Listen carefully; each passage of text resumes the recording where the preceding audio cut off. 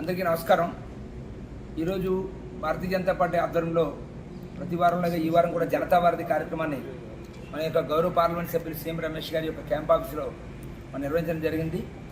దీంట్లో పరవాడ మండలం మన నేషనల్ హైవే లంకిలపాలెం జంక్షన్ సంబంధించినటువంటి అక్కడ ఉన్నటువంటి ప్రజలు ఒక మెమోరాండం ఇవ్వడం జరిగింది.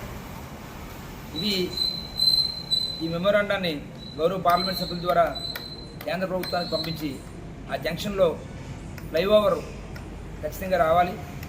ప్రజలు అనేక రకాల ఇబ్బందులు పడుతున్నారు ఆ జంక్షన్లో. ముఖ్యంగా వాహనదారులు విశాఖపట్నం వెళ్ళే వాళ్ళు వచ్చేవాళ్ళు కూడా ఒక్కొక్కరు గంట 2 గంటల పాటు అక్కడ ఆ జంక్షన్ దాటడానికి సమయం పడుతుంది. అదేవిధంగా అనేక ప్రమాదాలు కూడా ఆ జంక్షన్లో జరుగుతున్నాయి. ప్రతిరోజు కూడా ఏదో ఒక రకమైనటువంటి యాక్సిడెంట్ జరుగుతుంది ఆ జంక్షన్లో. అలాగే ఆ జంక్షన్ దాటుకొని వెళ్ళేటువంటి ముఖ్యంగా మెడికల్ ఫెసిలిటీ అవసరమైన వాళ్ళు అంబులెన్స్లో వెళ్తున్నారు. కానీ ఆ జంక్షన్ నుంచి తప్పించుకొని వెళ్ళడానికి వేరే మార్గం లేకపోవడం వల్ల అక్కడ కూడా అంబులెన్స్లు అన్నీ కూడా జామ్ అయిపోతున్నాయి.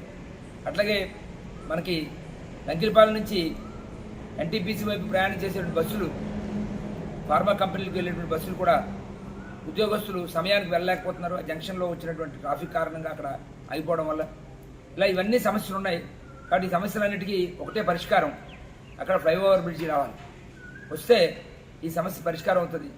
కాబట్టి ఆ ఫ్లైఓవర్ నిర్మాణానికి నేషనల్ హైవే అథారిటీస్కి, అలాగే కేంద్ర మంత్రి గారికి, కేంద్ర ప్రభుత్వానికి వారి దృష్టిలోకి ఈ యొక్క సమస్యను తీసుకుని వెళ్ళి లంకిలపాలెం జంక్షన్లో ఫ్లైఓవర్ బ్రిడ్జి నిర్మాణం జరగాలని అందరూ కోరుకుంటున్నారు.